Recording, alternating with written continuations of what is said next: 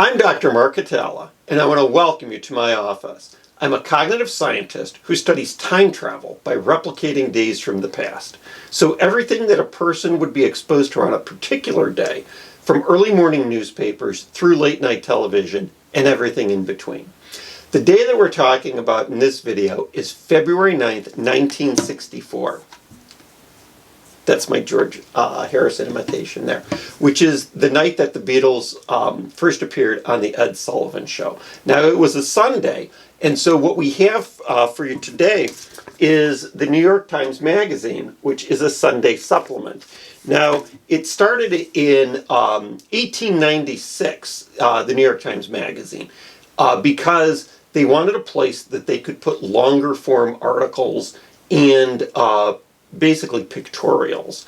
And so famously in 1897, they had a pictorial spread about Queen Victoria's Diamond Jubilee, and then they said, well, let's just keep on doing this every Sunday.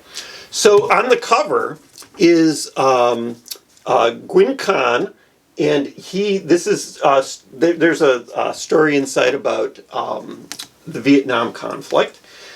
He led a military junta that overthrew the Vietnamese government, and he was gone a year later.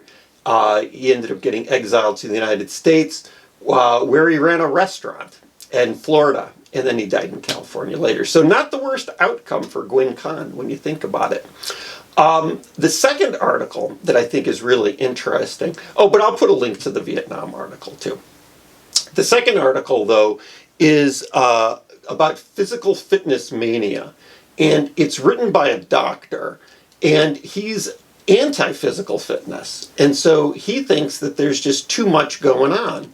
So for example, he talks about Bobby Kennedy, who was the Attorney General, and he says, is he a better Attorney General because he can go on a 50-mile hike?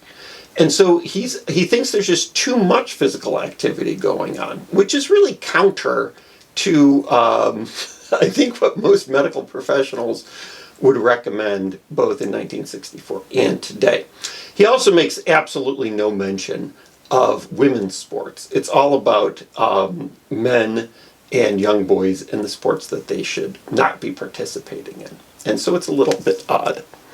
A third article is about teens who want to make a teens who want to help. And it talks about HARU, which is the Harlem Youth Opportunities Unlimited program. And this was started by a psychologist. His name's Dr. Kenneth Clark. And we talk about him quite. I teach history and systems of psychology. And his research is actually incredible and very important. But the organization, its first director, was actually Neil deGrasse Tyson's dad, and his name was Cyril. But that's just more trivia. The last thing that I want to mention, because I think it's interesting, are the advertisements. And so these are aimed at the readers of the New York Times Magazine, obviously, because that's where they're appearing. But there's some pretty interesting ones.